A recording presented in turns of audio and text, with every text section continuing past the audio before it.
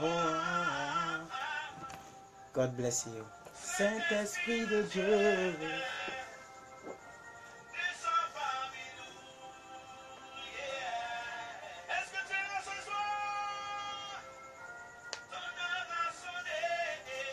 Shalom, shalom, shalom. Esprit de Dieu, descend parmi nous.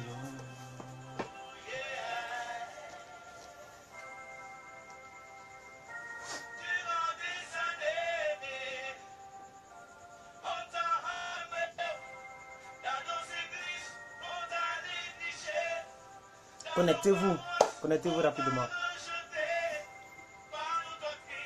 On t'a enterré.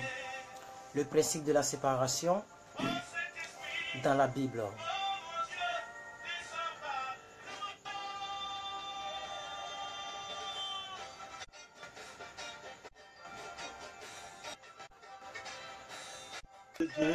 Patientons, patientons. Esprit de Dieu, descend parmi nous.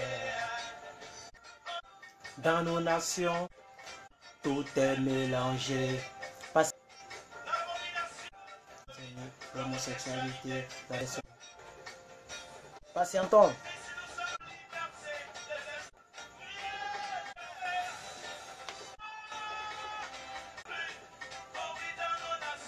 Tout est mélangé. Patientons, patientons. Tant de création.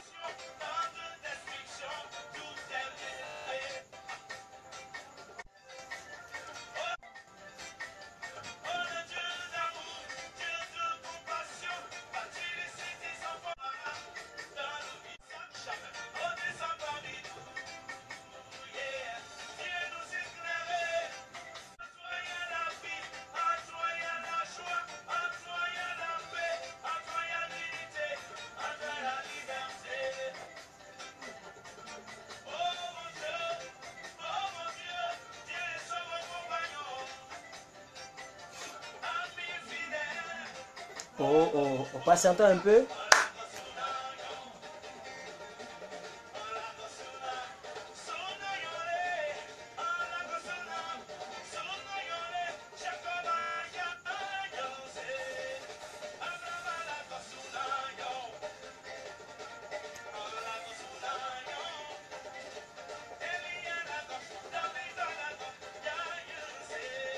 Zunanyo, la Zunanyo. Ah, j'aime le Saint-Esprit.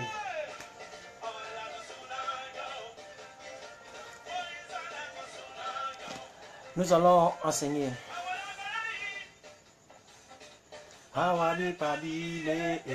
Patientons un peu pour que ça soit propre.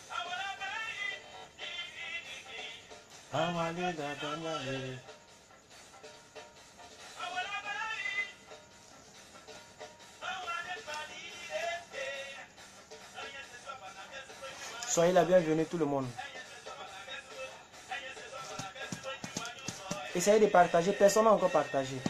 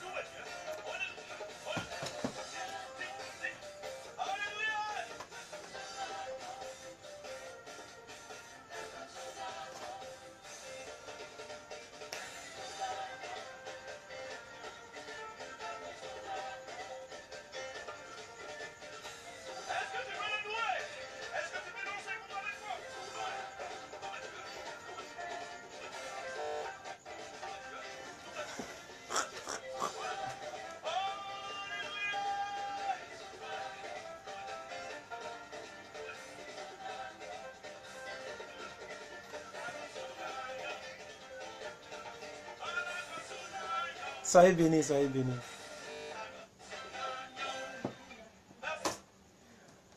Alors, que la grâce du Tout-Puissant soit avec vous. Je suis très honoré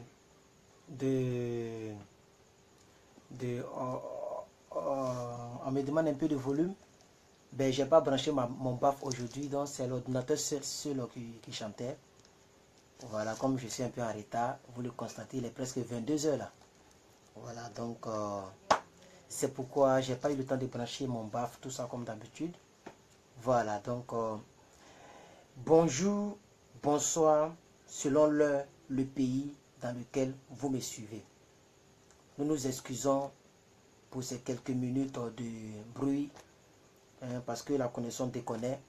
On est obligé de patienter à 5 minutes. Voilà.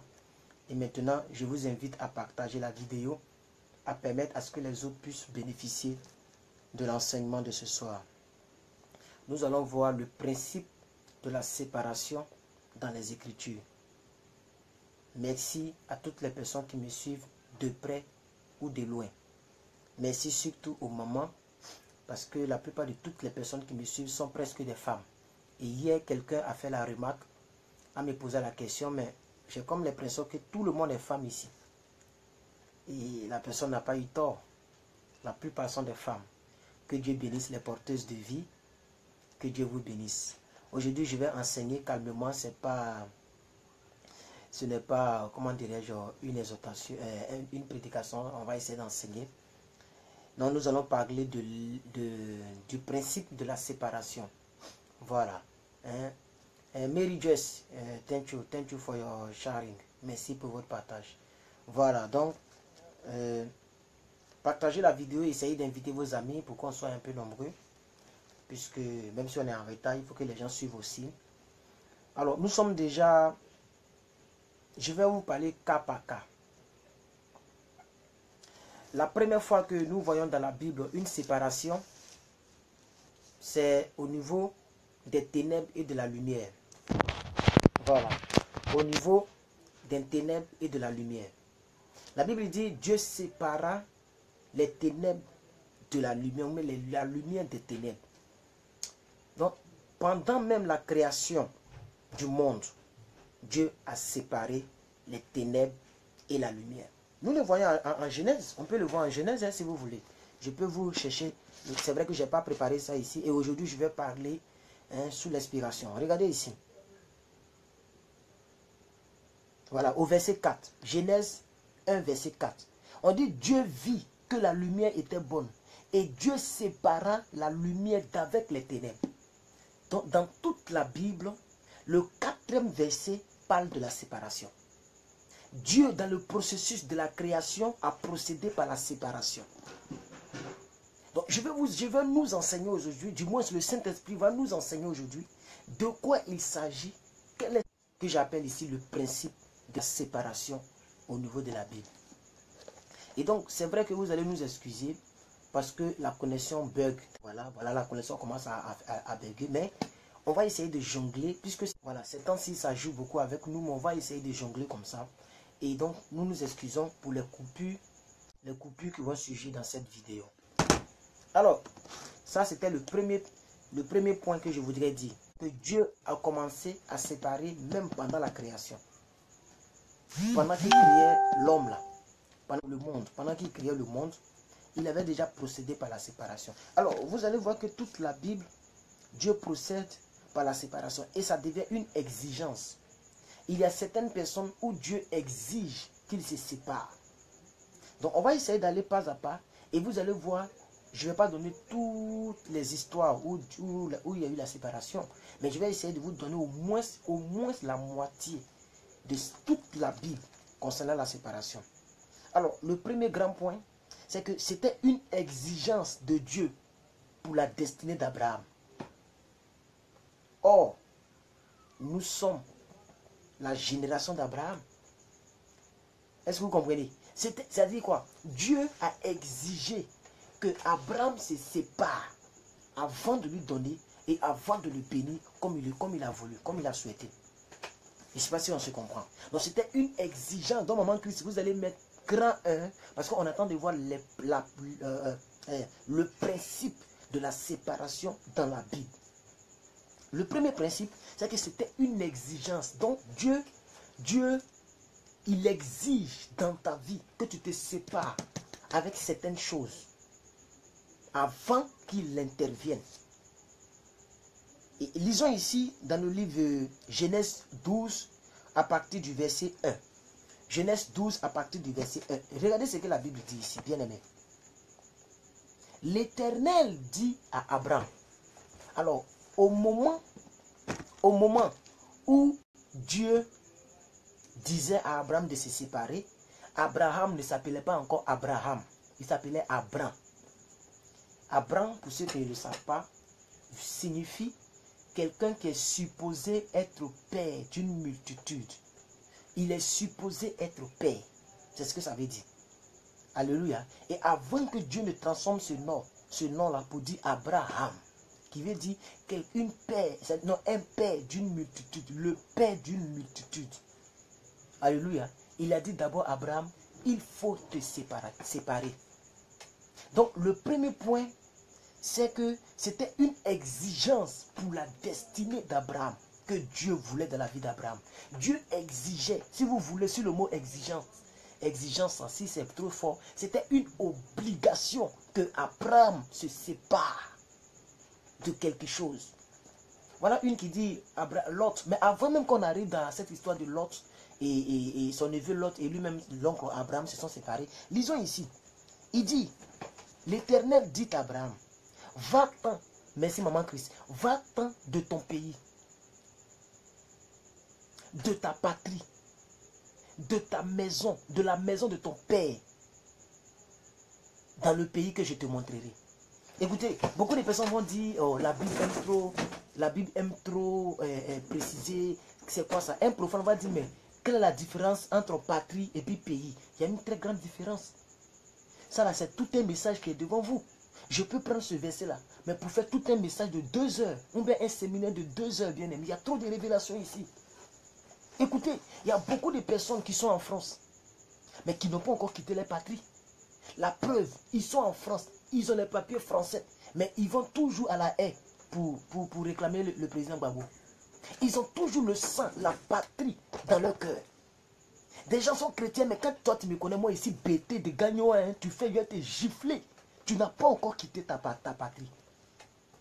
Tu n'as pas encore quitté ta maison. Le comportement de ta maison, tu n'as pas encore quitté. Il y a une différence entre patrie et pays. Tu peux quitter ton pays, mais ta patrie est dans ton cœur. Ton drapeau est dans ton cœur. Est-ce que vous comprenez de quoi je parle? Donc quand la Bible dit à Abraham, quitte ta maison, quitte ton pays et quitte ta patrie, Dieu sait de quoi il parle. Et Abraham a compris le langage de Dieu. En réalité, quand on donne sa vie à Dieu, on n'appartient plus ni à sa maison, ni à son pays, ni à sa patrie. On appartient dans le lieu que Dieu nous montrera pour notre destinée. Est-ce que, bien aimé, tu as quitté réellement tes traditions? Il y a des séparations que Dieu exige afin que le robinet de la grâce s'ouvre dans ta vie. Je vous dis la vérité. Je vous dis la vérité. Je vous le dis en toute vérité, bien aimé. Je ne peux pas m'amuser avec vous. Je vous dis la vérité. Donc il y a une différence quand Dieu dit quitte ta maison, quitte ta patrie et quitte ton pays. Dieu n'est pas en train de prendre beaucoup de mots dans le même sens. Non, ce n'est pas un champ lexical qui ramène à un seul thème. Non, chaque mot a un sens bien précis dans la Bible. C'est pourquoi je vous dis, comprenez le principe de la séparation. Bien aimé, si tu es haïtien, si tu es sénégalaise, si tu es ivoirien, que tu appartiens à Dieu, tu n'es plus ivoirien, tu es céleste. Alors beaucoup de personnes sont chrétiens, mais ils disent, moi je suis bêté, moi je suis gourou, moi je suis dida, tu me connais. Tu ne me connais pas, hein? Tu n'as pas encore quitté ta patrie. Tu n'as pas encore quitté ta maison. J'aimerais que dans ce départ-là, on soit d'abord clair. Alors, si on veut rester encore dans le principe de la séparation concernant l'histoire d'Abraham, on peut prendre l'histoire du neveu d'Abraham, l'oncle et son neveu Lot. On n'est pas obligé de le lire, vous connaissez l'histoire. La Bible dit que Abraham devenait un homme fort, un homme béni. Et Lot aussi, son neveu, devenait un homme béni, un homme fort. Ils avaient des troupeaux, ils avaient des serviteurs. Et arrivé à un certain moment, les serviteurs se bagarraient entre eux. Parce que l'espace était très peu. Il y avait des discussions. Alors, c'est arrivé aux oreilles d'Abraham. Mais Abraham, Dieu l'avait déjà appris, le principe de la séparation. Parce que Dieu, écoutez, quand Dieu nous dit de faire quelque chose, il est en train de nous apprendre quelque chose qui va nous servir demain. Dieu avait déjà montré le principe de la séparation à Abraham en quittant sa patrie, sa maison, pour aller dans un lieu où il ne connaissait pas où il allait, mais il partait quand même, par obéissance. C'est ce même principe qu'il a appliqué avec son neveu Lot. Pour dire, mon frère, mais on doit se séparer. Voici le pays, il est large. Si tu choisis d'aller à droite, moi j'irai à gauche. Par contre, si tu choisis d'aller à gauche, par contre, moi j'irai à droite. Est-ce que vous comprenez avec moi? Permettez-moi de vous chercher encore un autre verset, bien-aimé. Permettez-moi ce soir de vous chercher encore un autre verset. Bien-aimé. Permettez-moi de vous chercher un autre verset. Le verset de Lot, la référence de Lot se trouve dans Genèse 13, verset 9. Genèse 13, verset 9. Ça, c'est concernant Abraham. Une exigence pour sa destinée. Il dit, tout le pays n'est-il pas devant toi? C'est Abraham qui parle. Tout le pays n'est-il pas devant toi? Sépare-toi donc de moi. C'est Abraham qui parle. Il y a des gens, bien-aimés, que tu dois dire, pardon, sépare-toi de moi. Ce n'est pas parce que tu es un enfant de Dieu que tu dois toujours te coller à n'importe qui. Il y a des gens, même si vous êtes de même sang, Dieu avait déjà dit à Abraham, en Genèse 12, quitte ta patrie. Donc s'il a quitté sa patrie et sa maison, ce n'est pas un membre de sa famille qui va l'empêcher d'entrer dans sa destinée. Il y a les gens même de ta famille qui doivent te quitter. Qui doivent te quitter. Je te dis la vérité. Parce que c'est au chapitre 12, verset 1 qu'on a lu. Dieu a dit à Abraham, va dans le pays. Mais au chapitre 13, il a eu un problème dans le pays où il est parti. Son neveu, l'autre, lui crée des problèmes. Et c'est lui-même qui parle. Il dit, mais tout le pays n'est-il pas devant toi? Sépare-toi donc de moi. Si tu vas à gauche, j'irai à droite. Alors si tu vas à droite, moi j'irai à gauche. Donc, bien aimé vous qui m'écoutez, ça c'est le premier sous-point que j'aimerais te dire en prenant la vie de Moïse, la vie d'Abraham. Tu dois te séparer de quelqu'un.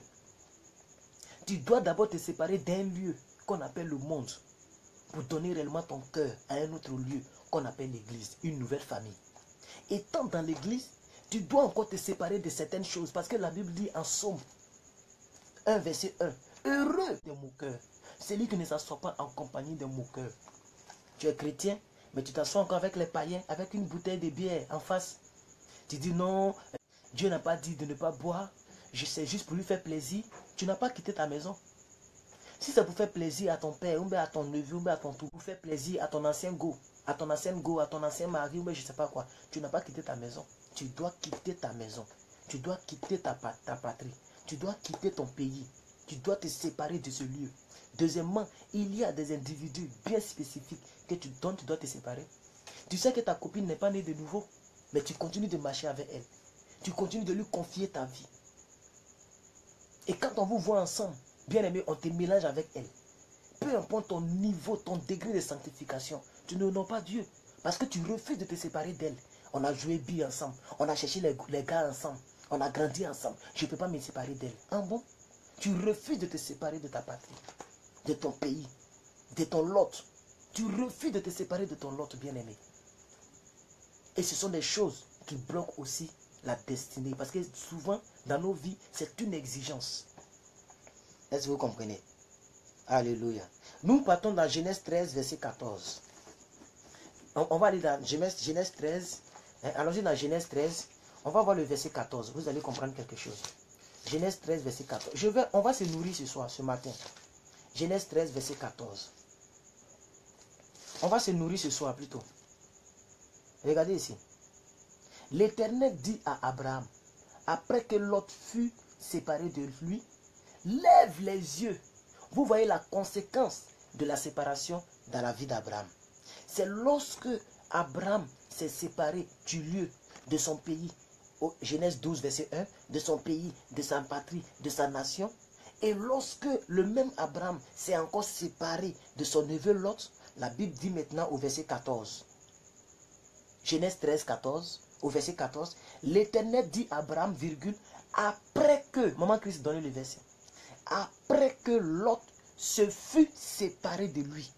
Ce n'est pas avant la séparation, c'est après la séparation. Dieu ne peut pas t'envoyer certaines bénédictions tant que tu es encore avec ton Lot. Ton Lot, c'est la personne qui te met les bâtons dans les roues. C'est la personne qui te persécute. C'est la personne qui ne veut pas que tu pries ton Dieu avec zèle. Elle te casse à chaque fois. Quand tu parles de Dieu, oh, elle est devenue pasteur. La pastoresse, les pasteurs. Sous forme ironique, il se moque de toi. Tu vois vis-à-vis que ce monsieur-là se moque de toi. Ça casse ton zèle, mais tu es toujours collé derrière elle. Tu es toujours collé derrière lui. C'est lui ton autre. Il faut te séparer. Voici la conséquence. Disons ensemble, merci maman Christ. Après, l'Éternel dit à Abraham, virgule, après que l'autre se fut séparé de lui, c'est la partie qui me plaît. Après que l'autre se fut séparé de lui, c'est là maintenant, Dieu va montrer maintenant la destinée d'Abraham à ses yeux. Lève les yeux. Et du lieu où tu es, regarde vers le nord et le midi, vers l'orient et l'occident, etc., etc. Quand vous lisez la suite, vous allez voir comment Dieu a montré Abraham pour dire, mais est-ce que tu peux compter les étoiles? Ainsi sera ta postérité. Regarde à terre, est-ce que tu peux compter le sable de la mer? Ainsi sera ta postérité. Après que Lot se fut séparé de lui.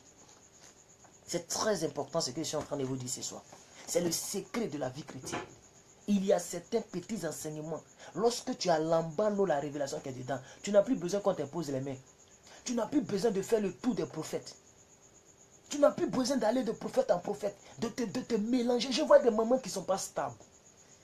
Payer des transports, aller dans Paris, aller dans Washington, pour aller dans les conférences, te promener partout. Voilà des choses simples qui peuvent changer radicalement ta vie. La parole est plus qu'un prophète.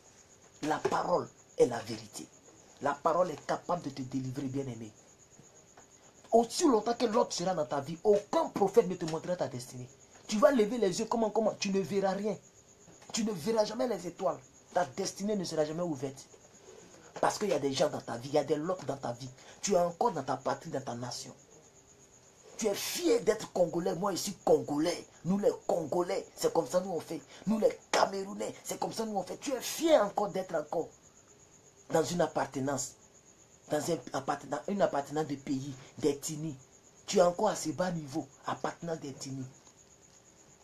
Et tu ne sais pas que la Bible dit en 1 Pierre 2, verset 9, que nous sommes un peuple choisi, un peuple acquis, une nation sainte, un sacerdoce royal. Nous venons d'en haut. Voilà le premier point que je voudrais dire. Nous sommes toujours dans l'Ancien Testament, parce que c'est un enseignement. Le deuxième point, la séparation était une exigence de Dieu pour son peuple dans tout l'Ancien Testament. Dans tout l'Ancien Testament. C'était une exigence plutôt pour le peuple de Dieu dans l'Ancien Testament. Par exemple, la séparation avec les Égyptiens. Il fallait que le peuple de Dieu se sépare des Égyptiens. Aussi, la séparation d'avec les autres peuples. On a beaucoup de versets ici. La séparation même au sein d'Israël. Au sein même d'Israël. Au sein même du peuple d'Israël. Ça dit quoi? Ils se sont séparés d'Égypte. Et ils sont venus. Ils ont formé maintenant ce qu'on appelle le peuple d'Israël. Au sein même du peuple d'Israël, il y avait encore une séparation qui a été opérée. Allons-y d'abord avec la séparation, la séparation d'avec les Égyptiens.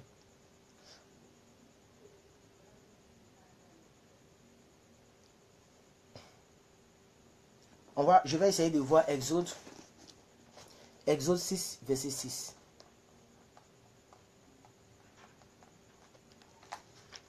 Exode 6, verset 6, je vais vous lire quelque chose ici rapidement.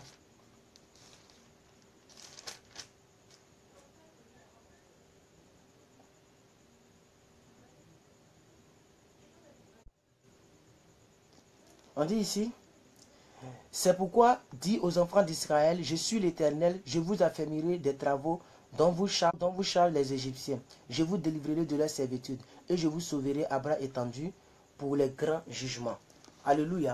Donc, Dieu même, lui-même, Dieu, il a une séparation entre le peuple d'Israël et le peuple d'Égypte. La connaissance de quoi on va patienter un peu. Alors, tous ceux qui n'ont pas partagé, c'est pas bon. Hein? Ah oui. Si tu n'as pas partagé, c'est pas bien. Ah oui, ça, il faut que vous soyez clair. Si tu n'as pas partagé, pour que les autres puissent suivre l'enseignement, tu n'as pas invité des gens, C'est pas intéressant. C'est pas intéressant. Est-ce que vous comprenez un peu? Amen. Donc, aujourd'hui, comme on a trop de choses à dire, je ne vais pas donner beaucoup de versets. On va aller parce que ça fait déjà 25 minutes. Alors, nous avons la séparation d'avec le peuple d'Égypte. Nous avons aussi la séparation avec d'autres peuples. Quand vous prenez par exemple Lévitique 20, verset 24, vous allez le voir. Quand vous prenez 1 roi 8, verset 53, vous allez le voir. Quand vous prenez Esdras 6, verset 21, vous allez le voir. Vous prenez Néhémie 9, verset 2, vous allez le voir. Après, regardez la vidéo et puis prenez des notes parce qu'on va aller plus vite. Il y a aussi la séparation au sein d'Israël. Quand vous prenez Nombre 16, verset 21, ça je vais le lire. Nombre 16, verset 21. Au sein même d'Israël, c'est-à-dire quoi? Dieu a séparé le peuple d'Israël d'avec le peuple d'Égypte. Maintenant, au sein du peuple d'Israël même là, Dieu a encore séparé les gens. Ce n'est pas parce que vous êtes dans la même église, bien aimé, que la personne a la même vision que toi, que la personne a la même consécration que toi, ou du moins que tu as la même consécration que la personne. Ce n'est pas parce que vous êtes dans la même communauté que vous devrez forcément marcher ensemble. Il y a des gens, vous êtes dans la même communauté, ils vous pourrissent la vie. Ils vous découragent à tout bout de champ. Il se dit, lui, c'est lui seul qui connaît. Toi, tu ne connais rien. À chaque fois que vous êtes à une réunion, il est là pour te casser. Bien aimé, ce genre de personnes-là, tu dois aussi te séparer d'eux. Des gens, vous êtes dans la même communauté, mais ils continuent de chercher garçon. Elle continue de chercher garçon. Ils continuent de chercher femme. Tu dois te séparer. Parce que bien aimé, le salut là, il est individuel. Est-ce que vous comprenez? Au sein même du peuple d'Israël, il y a eu la séparation. Nous sommes dans Nombre 16, verset 21. Nombre chapitre 16, verset 21. Nombre chapitre 16, verset 21. Nombre chapitre 16, verset 21. Nombre chapitre 16, verset 21. Nombre chapitre 16, verset 21. Nombre chapitre 16, verset 21. Lisons ici. Lisons, bien aimé.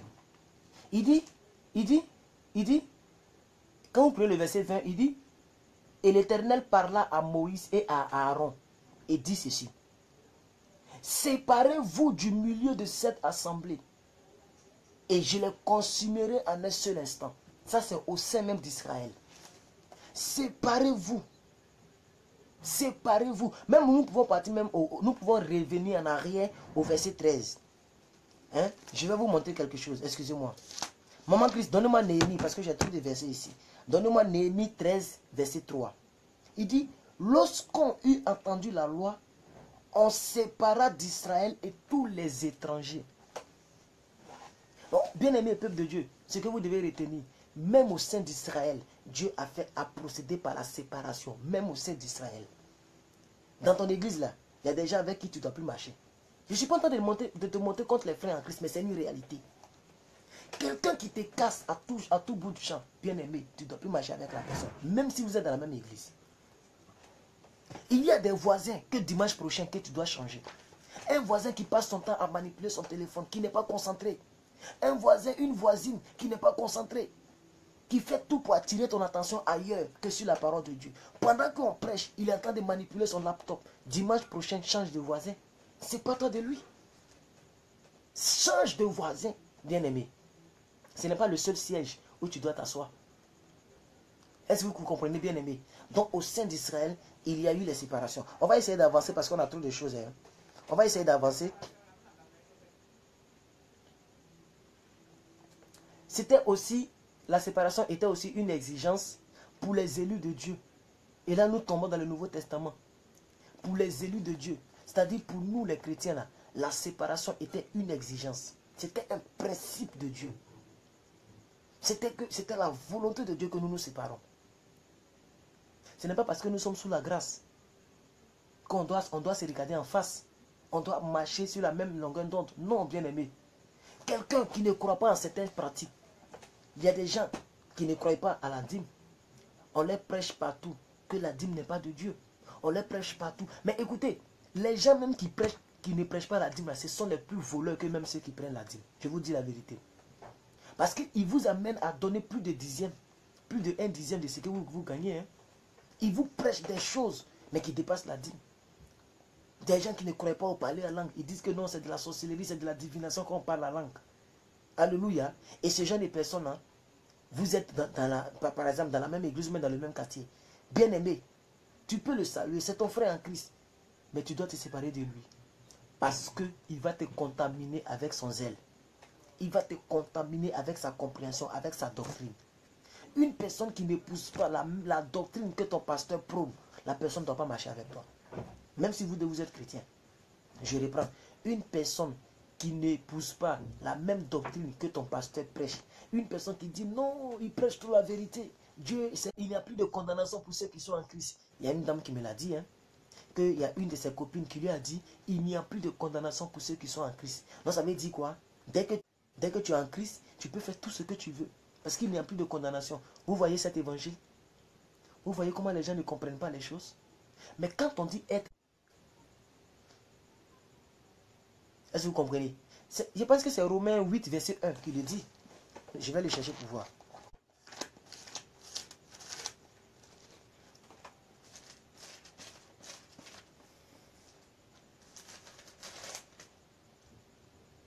Voilà. Romains 8, verset 1. Excusez pour la connexion. Vraiment, excusez-moi pour la connexion, ok? Vous voyez, la Bible, l'apôtre dit, il n'y a plus de condamnation pour ceux qui sont en Christ. Donc, il y a des gens qui disent que quand tu es en Christ, dès que tu as accepté Jésus, il n'y a plus de condamnation. On ne peut plus te condamner. Par conséquent, tu peux faire tout ce que tu veux. Vous voyez un tel évangile? Vous voyez comment c'est triste, bien-aimé? Par conséquent, tu peux faire tout ce que tu veux. Parce que, comme tu es en Christ, il n'y a plus de condamnation. Mais les gens ont oublié que le même apôtre Paul a dit en 2 Corinthiens 5, 17, quand quelqu'un est en Christ, la personne est une nouvelle création, une nouvelle créature. Les choses anciennes sont passées et toutes les choses sont devenues nouvelles. Ça là, les gens oublient ça. Le même apôtre Paul a dit, il dit en 1 Corinthiens 16, verset 19. Ou bien 2 Corinthiens 16, verset 19, un truc comme ça. 2 Corinthiens 9, 2 Corinthiens 6, verset 19. Voilà. 2 Corinthiens 6, verset 19. Le même apôtre Paul dit, mais ne savez-vous pas que votre corps est le temple du Saint-Esprit? C'est le même apôtre Paul qui dit ça. Donc vous voyez comment est-ce que les gens prennent des doctrines bizarres dehors. Ces gens de personnes-là. Ne les condamne pas. Chacun a son droit de croire à sa doctrine. Mais c'est pas toi simplement de lui. Ah oui? Ah oui. Quand la personne veut parler des choses de Dieu, il dit, pardon, excuse-moi, j'ai pas trop envie de faire de débat sur les Écritures. Tu te sépares simplement, bien-aimé. Écoutez-moi très bien, ce n'est pas avec tout le monde en marche. Même dans l'église. Ce n'est pas avec, je reprends, ce n'est pas avec tout le monde en marche, même dans l'église. C'est de ça que je te parle. Et c'est le principe de la séparation. Lisons ici. Nous sommes dans Jean 15, verset 19. Jean chapitre 15, verset 19. Lisons dans Jean chapitre 15, verset 19. Il dit, si vous étiez du monde, le monde aimerait ce qui est à lui. Mais parce que vous n'êtes pas du monde et que je vous ai choisi du milieu du monde, à cause de cela, le monde vous hait. À cause de cela, le monde vous déteste, si vous voulez. Si vous étiez du monde, le monde allait aimer ce qui est de lui. Mais parce que vous n'êtes pas du monde et que je vous ai choisi du milieu d'eux, à cause de cela, le monde vous hait, le monde vous déteste. Ça, c'est dans le Nouveau Testament que Jésus parle. Et il parlait à ses élus. Il parlait à vous et à moi. Quand on dit si vous étiez du monde, mais bien aimé, on est dans le monde. Mais on n'est pas du monde. Mais avant, on était du monde. Dans le monde, on était du monde. Puisqu'avant, on disait, quand quelqu'un veut rendre témoignage, quand j'étais dans le monde, j'ai connu tel nombre de garçons. Quand j'étais dans le monde, c'est là que j'ai fait mon enfant. Quand j'étais dans le monde, donc bien aimé, ça veut dire maintenant tu n'es plus dans le monde. Qu'est-ce qui s'est passé? Séparation. Même quand on dit que tu es converti, qu'est-ce qui s'est passé? Séparation. Donc il faut vivre ta vie chrétienne en termes de séparation. Et il faut regarder les choses dont tu n'étais pas encore séparé. Parce que c'est une exigence de Dieu. Alléluia. Et Dieu prend très au sérieux cette affaire de séparation. C'est pourquoi il dit en Romains 12, verset 2, le verset que tout le monde récite, mais que très peu comprennent, malheureusement. Romains 12, verset 2. Tout le monde le récite, mais très peu de personnes le comprennent. Ne vous conformez pas au siècle présent. Ça là, c'est la mentalité de séparation que Dieu voulait nous donner. Hein. Je vous dis la vérité, vous qui êtes là, c'est à vous que je parle. Si je vous dis la vérité, quand la Bible dit ne vous conformez pas, le mot conformer vient du mot grec conforme, si je prononce bien, mais je vais vous donner la définition. Ça veut dire ne pas prendre la forme de. Conformer, c'est ne pas prendre la forme de. Mais soyez transformés.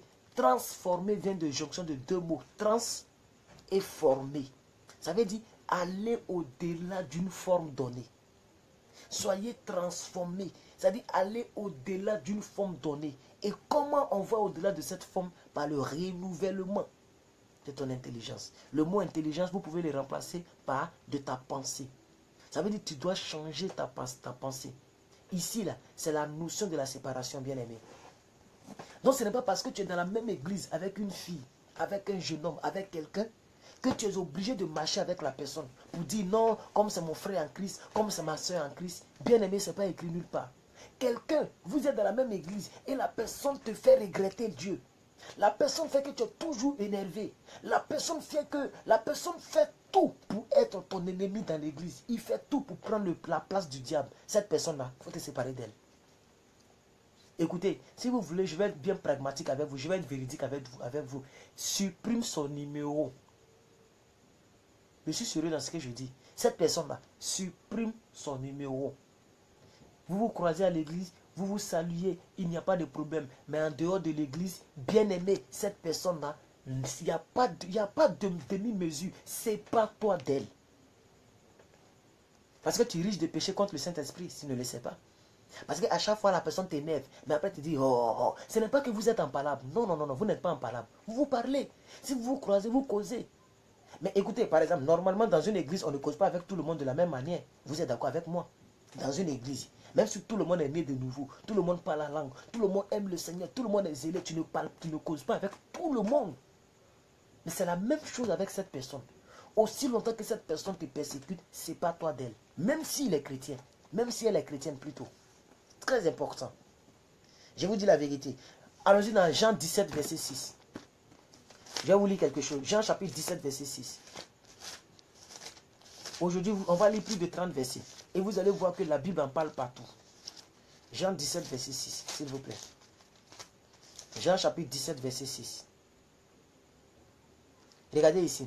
Il dit, j'ai fait connaître ton nom aux hommes que tu m'as donnés du milieu du monde. Ils étaient à toi et tu ne les as point donnés. Et ils ont gardé ta parole. Voilà des gens, des personnes avec qui tu dois marcher. Des gens qui gardent la parole de Dieu. Et le mot garder là, ça ne veut pas dire prendre la parole et ranger dans un placard. La Bible, comme le disait quelqu'un, la Bible n'est pas écrite en français. Louis II n'est pas né de nouveau. Je suis désolé de te le dire, ça peut te choquer. Le traducteur de la Bible n'est pas né de nouveau. Donc il a traduit la Bible de manière littérale. C'est pourquoi la version française s'approche un peu de la version originale de la Bible. Ici, ils ont mis garder. Par contre, il y a un verset qui dit garde. Hein? On dit quoi?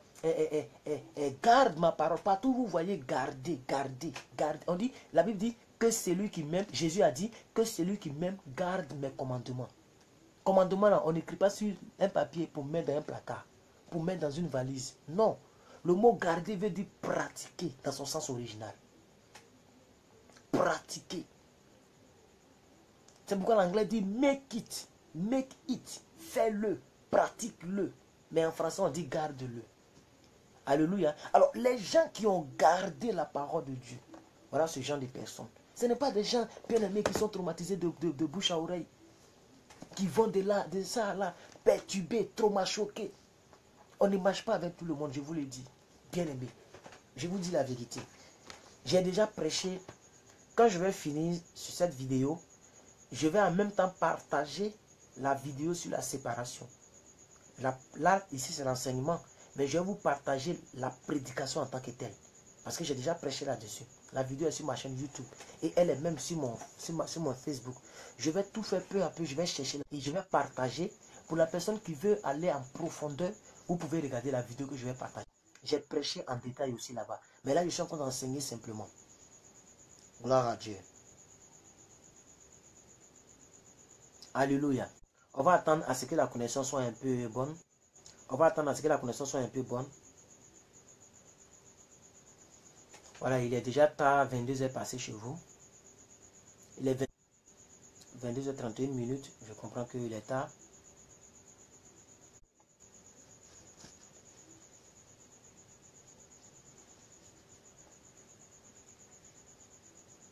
Donc, les gens cherchent les miracles partout, mais le miracle, il est proche. Amen. Maman Christ, donnez-moi 2 Corinthiens 6, verset 17. 2 Corinthiens 6, verset 17. La Bible dit, c'est pourquoi sortez du milieu d'eux et séparez-vous, dit le Seigneur. Ne touchez pas à ce qui est impur. Ce qui est impur. Mais la partie qui me plaît, c'est sortez du milieu d'eux et séparez-vous d'eux, dit le Seigneur. Donc, bien aimé, c'est un principe biblique, la séparation. Tu dois te séparer de ton pays, de ta patrie, c'est vrai. Tu ne dois plus aller dans les restaurants, non, non, dans les maquis, dans des boîtes de nuit, ça aussi c'est vrai. Mais tu dois aussi te séparer des gens, même dans la même communauté, mais qui te mènent la vie dure. Des gens qui t'amènent sur une voie. Par exemple, quelqu'un me disait, son ami, son frère en Christ lui a dit que le paradis c'est sur la terre. Qu'il n'y a pas de paradis ailleurs. Que c'est maintenant qu'il faut régner, c'est maintenant qu'il faut vivre sa vie. C'est sur la terre. Ça, ce genre de personnes-là, il ne faut pas faire des débats avec eux. Sépare-toi calmement, bien-aimé. Calmement. C'est un enseignement, ce n'est pas une prédication. Puis il est un peu tard. Moi, je ne peux pas trop crier parce que les gens sont chez eux. Quand il est 18 h, beaucoup ne sont pas encore quittés au travail. Mais là, il est tard. Alléluia. Donc, bien-aimé, vous voyez. Et regardez ce que la Bible dit. Je vais bien lire cette version. C'est pourquoi, sortez du milieu d'eux, virgule, et séparez-vous, dit le Seigneur. Parce que tu peux sortir et après revenir. Quand on dit séparez-vous, c'est de ne plus être en contact avec eux. Et regardez ce qu'il dit à la fin. Il dit, et je vous accueillerai. Si vous voulez que Dieu vous accueille, mais vous devez vous séparer. Vous devez sortir du milieu d'eux et vous séparer, bien aimé.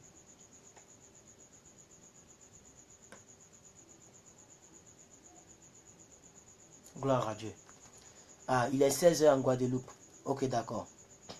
Est-ce que vous comprenez de quoi je parle, bien aimé? 1 Corinthiens 10, verset 20. 1 Corinthiens 10, verset 20. Je vais vraiment doser l'enseignement pour que les gens qui veulent méditer vont prendre les versets pour méditer. 1 Corinthiens 10, verset 20. 1 Corinthiens 10, verset 20. Il dit, je dis que ce qu'on sacrifie, on le sacrifie à des démons, mais à notre Dieu. Mais non, et non à Dieu. Je reprends. Je dis que ce qu'on sacrifie, on le sacrifie à des démons et non à Dieu. Or, je ne veux pas que vous soyez en communion avec les démons. Ça aussi, c'est la séparation. Je ne veux pas que vous soyez en communion avec les démons. Ça veut dire communier avec les démons. Ça aussi, c'est une séparation. Mais je vais demander à Maman Christ de laisser ça et on va continuer. Parce que, bien aimé, c'est quelque chose que nous devons comprendre. Que dans la vie, il y a des séparations à effectuer. Il y a des séparations à effectuer. Tu dois te séparer de certaines choses pour que Dieu t'envoie certaines choses. Dieu ne peut pas t'envoyer la chose dont tu ne t'es pas séparé. Il faut que tu te sépares de quelque chose, bien aimé. Et j'aime beaucoup la partie d'Abraham. Quand Dieu a dit à Abraham, quitte ton pays, quitte ta nation, quitte ta patrie. Et va dans le pays que je te montrerai. Et vous devez comprendre, je l'ai dit tout à l'heure, je le redis pour les retardataires. Vous devez comprendre, quand Dieu dit quitte ta maison, quitte ta patrie et quitte ton pays, c'est différent. Vous devez le comprendre comme ça. Vous devez le comprendre, bien aimé. C'est différent. Il y a un grand enseignement là-dedans.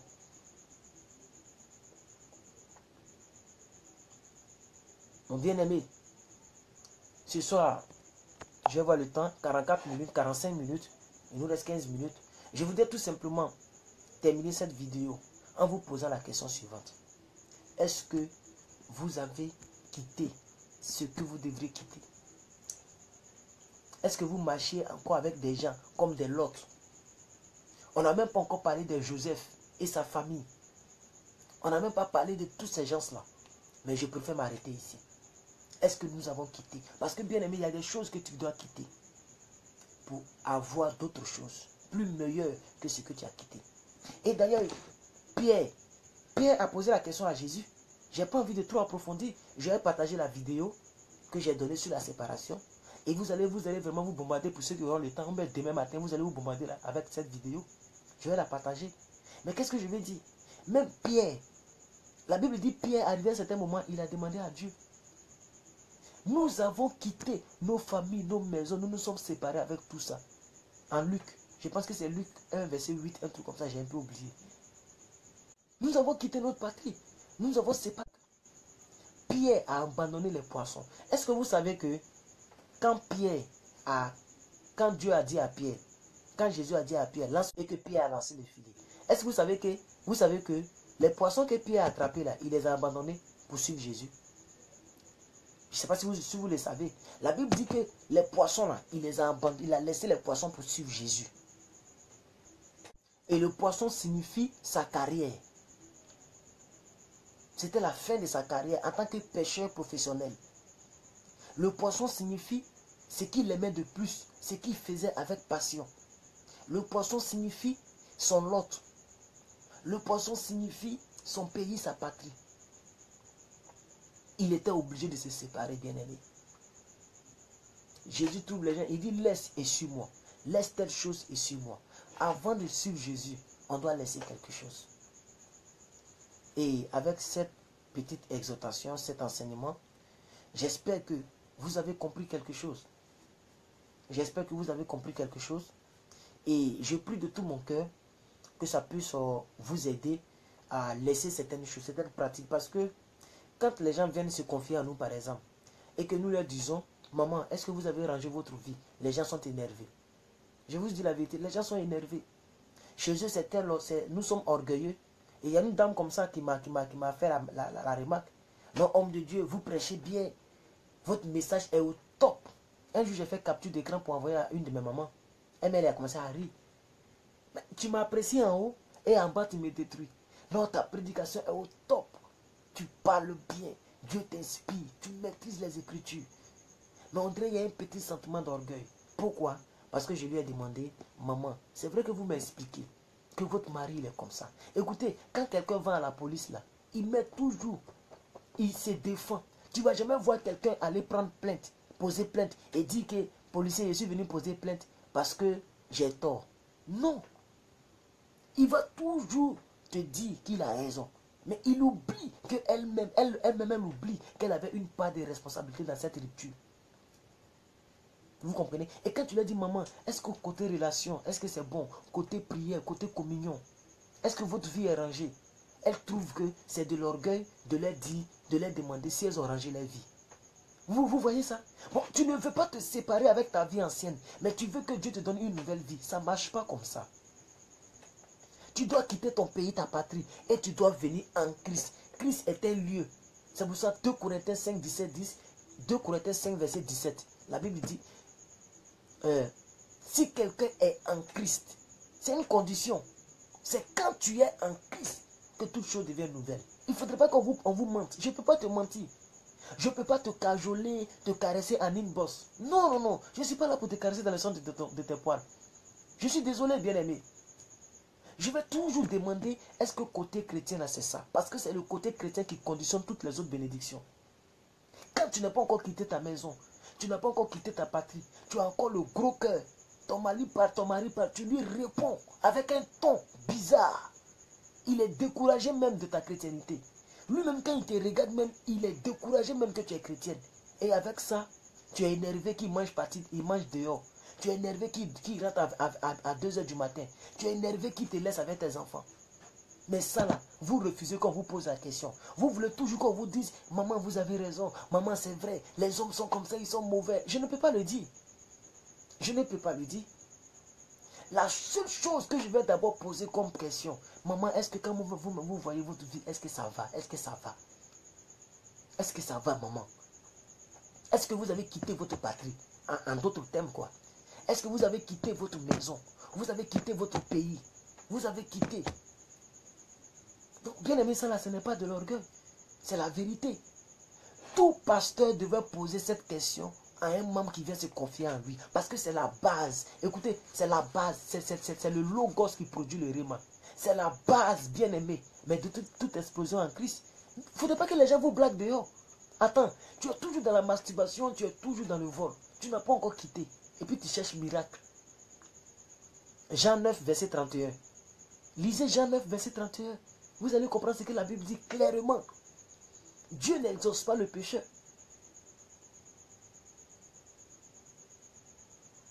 Donc tant que tu n'as pas quitté l'autre, mais tu auras toujours des problèmes dans ton foyer. C'est les problèmes, les palabres que Abraham voulait éviter. C'est pourquoi il a quitté l'autre. Et comme la plupart de ceux qui me suivent sont des femmes, et je vous parle, avant de pouvoir jeter la pierre au mari, il faut toi-même essayer de voir, est-ce que j'étais à mon poste? Est-ce que moi-même je ne suis pas fautive? Est-ce que je n'ai pas fait quelque chose qui a énervé mon mari? Parce que de surcroît, c'est la même fille à qui il disait je t'aime, je t'aime. Pourquoi aujourd'hui il se comporte comme ça? Essaie de t'analyser toi-même. Ça là, ce n'est pas pour dire non, tu es un peu orgueilleux, tu essaies de juger les gens. On ne te juge pas, on te met devant les faits.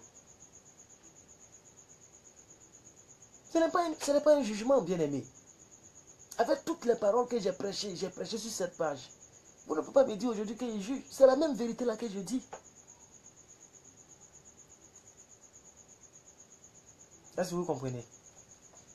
Alors, 52 minutes. Alors, donc, je voudrais être vraiment sérieux envers vous. Je voudrais être véridique. Je ne voudrais pas mentir au peuple de Dieu. Alléluia. Le principe de la séparation, il y a beaucoup de choses là-dedans. Voilà, il faut se séparer de beaucoup de choses. Il faut se séparer du péché. Il faut se séparer de son orgueil. Il faut se séparer de son caractère. Voilà, ce n'est pas avec le même caractère, quand tu étais dans le monde, que tu vas prendre le même caractère pour venir dans le couple. Dans le couple, et comme ton mari c'est un chrétien, voilà, tu le maltraites et tu penses qu'un jour il ne va pas changer. L'homme peut changer. L'homme peut changer. Est-ce que vous comprenez? Donc bien aimé, séparons-nous de certaines choses pour avoir certaines choses. Si tu veux avoir un mari sérieux, toi aussi commence à être sérieuse. Tu veux que ta vie même naturellement soit sérieuse, sois sérieux envers les gens. Et il y a des gens que tu dois éviter de fréquenter. Il y a des voisines que tu dois éviter de fréquenter. Excusez-moi. Il y a des voisines que tu dois éviter de fréquenter.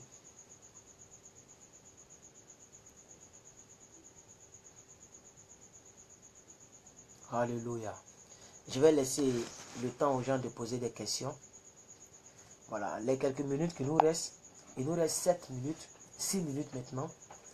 Je vous laisse le temps de poser quelques questions.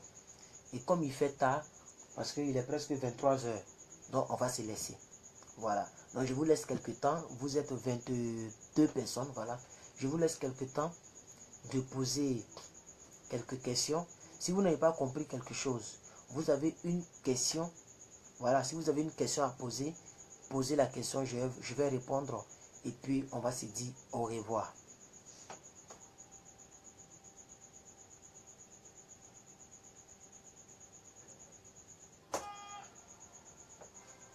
Posez la question et puis on va se dire au revoir.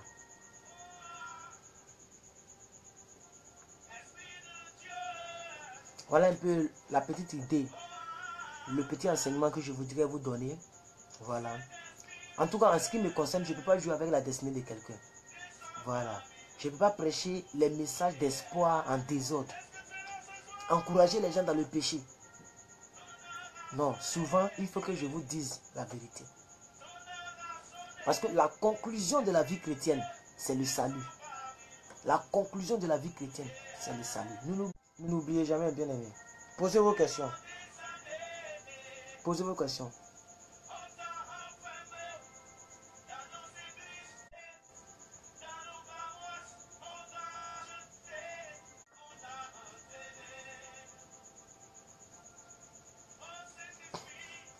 S'il n'y a pas de questions, on va se dire au revoir.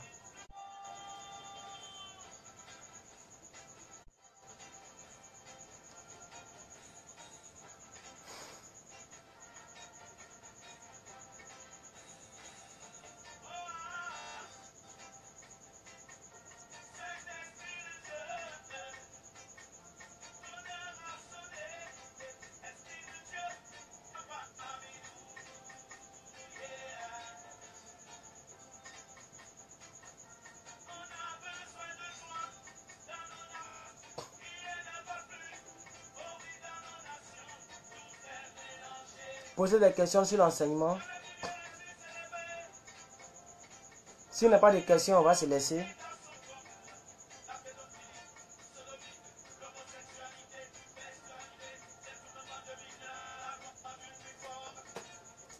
Ok, donc vraiment je vous dis bonne nuit. Que mon Dieu vous bénisse. C'était un peu le petit enseignement que je voudrais partager avec vous. Demain à 4 h du matin, nous sommes ensemble. Et voilà.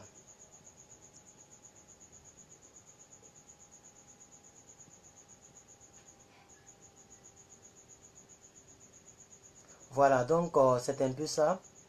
Voilà, je vois une question ici. Comment faire? Je rechute à chaque fois. Ben, c'est de...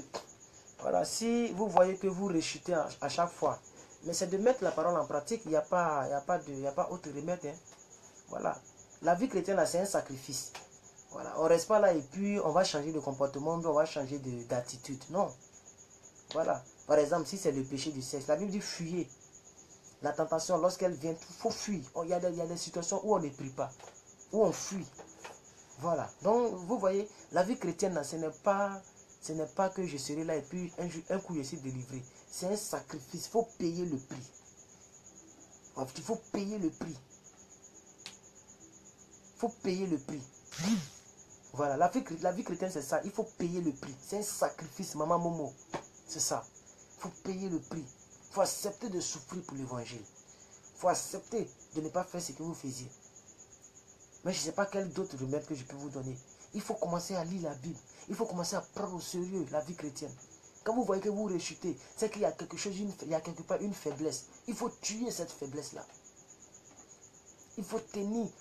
Quelqu'un dit, je tiens captif toute pensée négative, captive à l'obéissance de Christ. Toute pensée négative, je les tiens captifs à l'obéissance de Christ. C'est-à-dire, je les oblige à rentrer dans la ligne de Christ. Est-ce que vous comprenez? Tu ne peux pas être un bon matin et puis après, un bon matin et puis ta vie a changé. Non, tu payes le prix.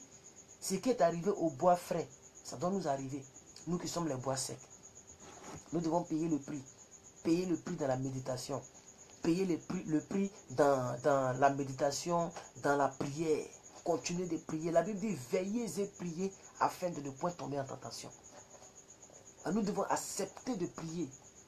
Accepter l'évangile tel qu'elle est donnée. C'est en cela que plus nous faisons d'efforts, plus nous voyons des résultats. Sinon que bien aimé, ça ne viendra pas comme ça, comme la magie, paf, matin bonheur, boum, on est devenu une nouvelle création. Non. La vie chrétienne, c'est aussi un sacrifice. C'est un sacrifice. Et le langage que Dieu comprend, c'est le langage du sacrifice.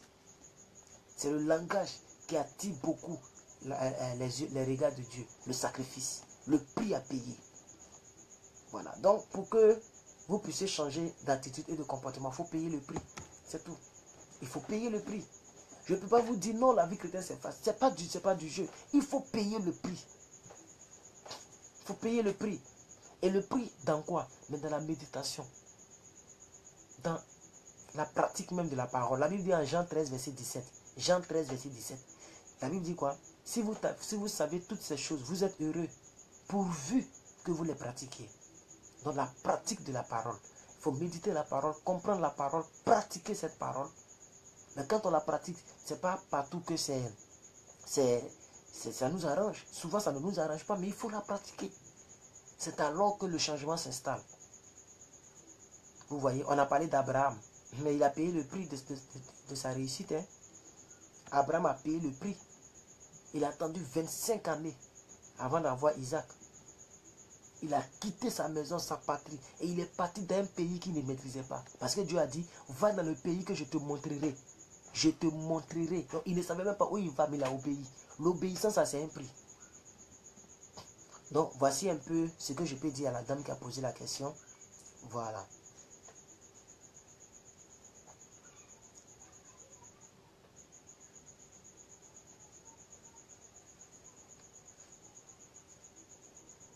Alors, comme il est déjà presque 23 h, moi, je vais vous laisser.